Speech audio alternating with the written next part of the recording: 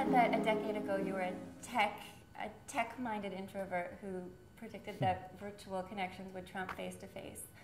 What changed? Well, I think that in a sort of over-anonymous, over-industrialized kind of culture, you realize that local is important and face-to-face is important. And the story of Meetup is that when 9/11 happened, I talked to more neighbors in the days after 9/11 than I had in the previous years living in New York. And what that was about was realizing that there is a value to face-to-face, that we've evolved as a species to get something out of face-to-face that we don't get in virtual worlds. What's on the screen is only going to get more interesting and more interesting and more interesting. But there is something about face-to-face too. And so it's not, one is good and one is bad, but we do get something out of face-to-face that can't be replicated on a screen.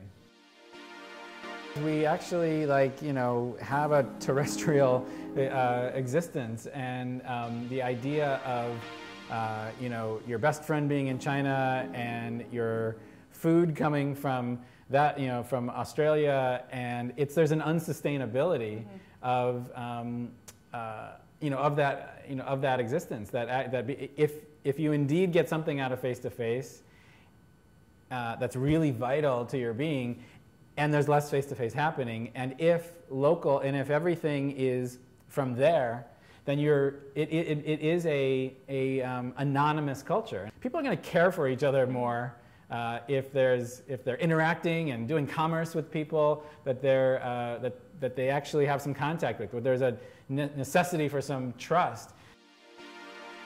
What we're really fighting for at Meetup is not, sort of just like, it's about online versus offline. It's about saying that are there actual real local communities of people who can depend on each other for different things, help each other out, work together, collaborate, cooperate, converse, and do the stuff that a real community does, be what a real community is. And it just so happens that it is really unlikely to be that kind of community with real relationships if there isn't some bit of being offline. Almost seems like a huge sigh of relief to feel like, wow, we can actually trust each other, and wow, if we don't have the money, there's some other kind of we can help each other out. It's all, I think, very early in that revolution, and this is a generational shift.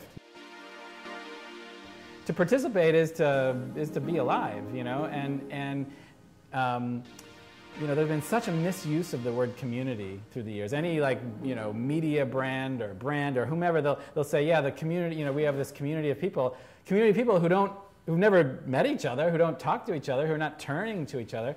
The revolution that's going on is people turning to each other. They were turned away from each other and looking at big media and eating big food and in a world of big finance and big industry, and they're saying, hey, no, wait, we can entertain each other, we can sell each other stuff, rent each other stuff, share each other with stuff, we can babysit each other's kids, which happens at the coming out of the moms meetups, and we can read each other's scripts at the script writing meetups. And this is just simple real life stuff, and participating means just being alive.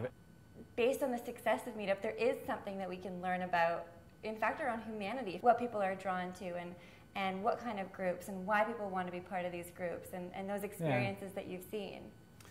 Yeah, absolutely. After there's been, we're coming up on 100 million RSVPs to all the meetups, and one of the most common words we hear coming out of that experience of people is or when they describe what happened at a meetup, is that they say, well, we said let's, that there is this beautiful kind of wake up. We've been pulled apart, not turning to each other, not looking at each other for a long time, and now saying, hey, we got a lot of power together as people.